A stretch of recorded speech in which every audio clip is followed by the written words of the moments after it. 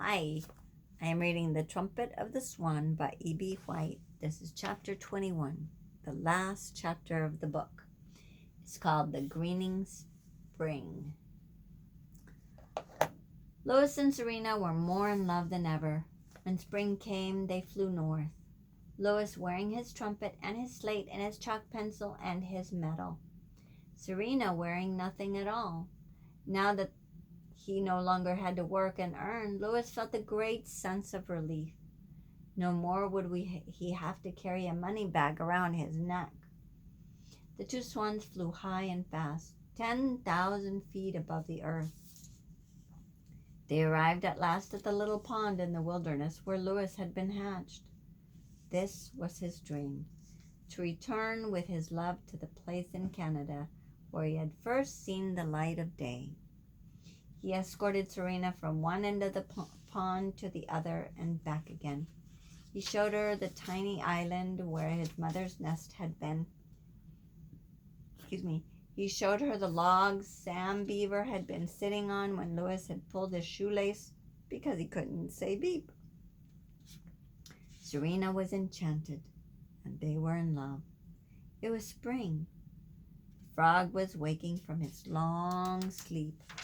The turtle was coming to life again after his nap.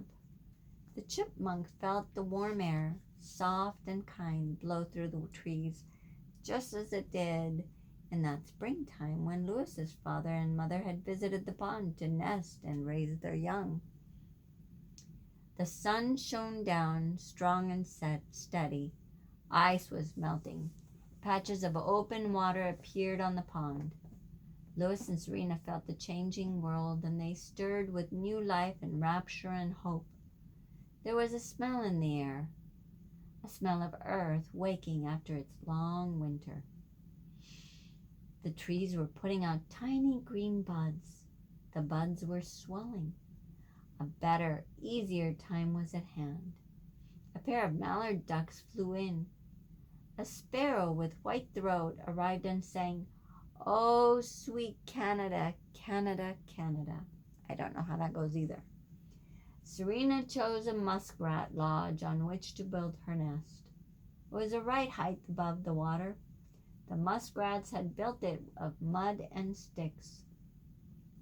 Lois had hoped his wife might decide to make her nest in the same spot where his mother had built hers, but females are full of notions.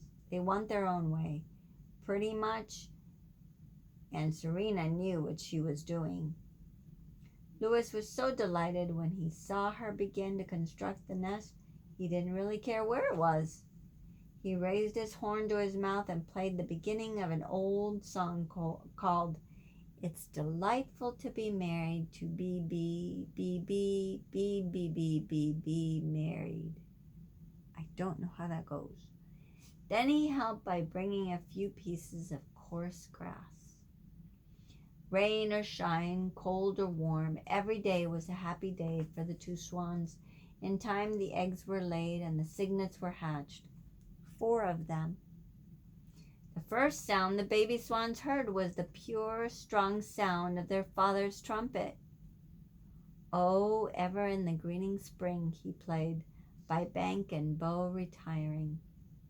Life was gay and busy and sweet in the little lonely pond in the north woods. Once in a while, Sam Beaver would show up for a visit, and they would have great times together. Louis never forgot his old jobs, his old friends, or his promise to the head man in charge of birds in Philadelphia. As the years went by, he and Serena returned each spring to the pond, nested, and had their young. And each year, at the end of summer, when the molt was over and the flight feathers grew back in, and the cygnets were ready to try their wings, Louis took his family for a long pleasure trip across America. He led them first to Camp Kookooskoos, where he had saved the life of Applegate Skinner and won his medal. The camp would be closed for the season, but Louis liked to revisit it and wander around, remembering the boys and how he had earned his first $100 as camp bugler. Then the swans would fly to Boston, where the swan boatman always gave them a big welcome. Louis would polish up his horn, blow the spit out of it, and swim in front of the boats again, playing "Row, row, row your boat." And the people of Boston would hear the familiar sound of the trumpet of the swan and would flock to the public garden. Then the boatman would treat Louis and Serena to a night at the Ritz Hotel, while the Cygnets spent the night by themselves on the lake, watched over by the boatman. Serena dearly loved the Ritz. She ate dozens of watercress sandwiches and gazed at herself in the mirror and swam in the bathtub. And while Louis stood and looked out of the window at the public garden down below, Serena would walk around and around, turning lights on and off for the fun of it. Then they would both get into the bathtub and go to sleep. From Boston, Louis would lead his family to the Philadelphia Zoo and show them Bird Lake. Here he would be greeted warmly by the headman in charge of birds. If the zoo needed a young trumpeter swan to add to its collection of waterfowl, Louis would donate one of the cygnets, just as he had promised. In later years, Philadelphia was also the place where they would see Sam Beaver. Sam took a job with the zoo just as soon as he was old enough to go to work. He and Louis always had a great time when they got together. Louis would get out his slate and they would have long talks about old times. After visiting Philadelphia, Louis would fly south with his wife and children so he could see the great savannas, where alligators dozed in the swamp water and turkey buzzards soared in the sky. And then they would return home to spend the winter in the Red Rock Lakes of Montana, in the lovely, serene Centennial Valley, where all trumpeter swans feel safe and unafraid. The life of a swan must be very pleasant and interesting life. And of course, Louis's life was particularly pleasant because he was a musician. Louis took good care of his trumpet. He kept it clean and spent hours polishing it with the tips of his wing feathers. As long as he lived, he felt grateful to his father, the brave cob who had risked his life in order to give him the trumpet he needed so badly. Every time Louis looked at Serena, he remembered that the sound of the trumpet was what had made her willing to become his mate. Swans often lived to be very old. Year after year, Louis and Serena returned in spring to the same small pond in Canada to raise their family. The days were peaceful. Always just at the edge of dark, when the young cygnets were getting sleepy, Louis would raise... I'll show you this picture in a minute. His horn and play taps, just as he used to do at camp long ago. The notes were sad and beautiful as they floated across the still water and up into the night sky. One summer, when Sam Beaver was about 20, he and his father were sitting in their camp in Canada. It was after supper. Mr. Beaver was rocking in a chair, resting after a day of fishing. Sam was reading a book. "Pop," said Sam, "what does crepuscular mean?" How should I know?" replied Mr. Beaver. "I never heard the word before." "It has something to do with rabbits," said Sam. "It says here that a rabbit is a crepuscular animal." Probably means timid," said Mr. Beaver. "Or maybe it means that it can run like the dickens. Or maybe it means stupid. A rabbit will sit right in the middle of the road at night and stare into your headlights and never get out of the way. And that's how a lot of rabbits get run over. They're just stupid." "Well," said Sam, "I guess the only way to find out what crepuscular means is to look it up in the dictionary." "We haven't got a dictionary here," said Mr. Beaver. "You'll have to wait till we get back to the ranch." Just then, over the pond where the swans,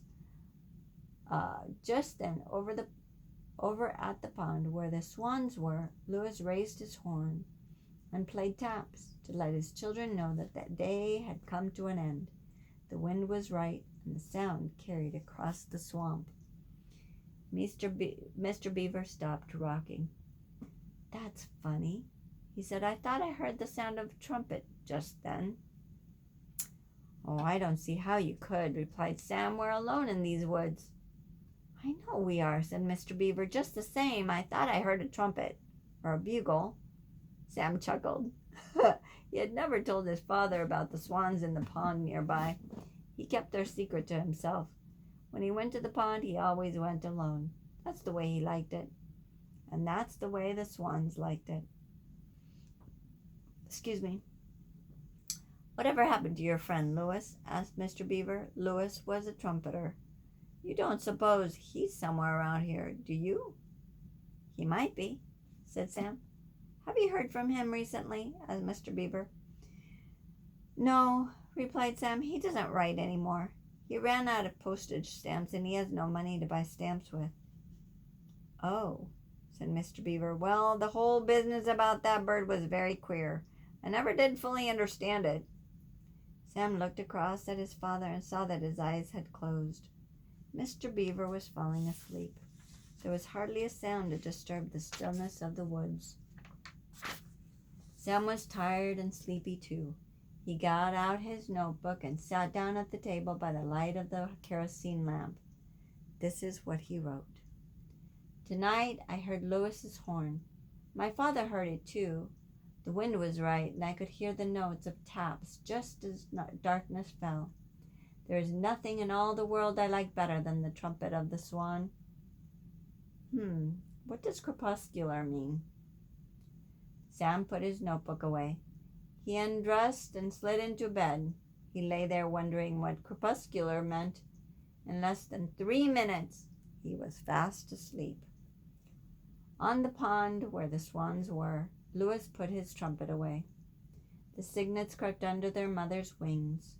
Darkness settled on woods and fields and marsh. A loon called its wild night cry. As Lewis relaxed and prepared for sleep, all his thoughts were of how lucky he was to inhabit such a beautiful earth. How lucky he had been to solve his problems with music. How pleasant it was to look forward to another night of sleep and another day tomorrow, and the fresh morning and the light that returns with the day.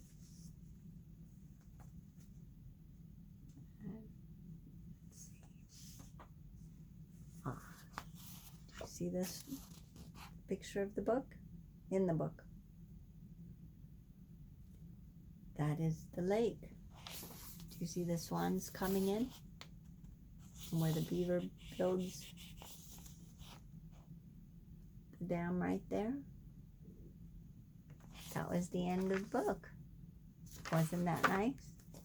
Thank you for joining me. Bye.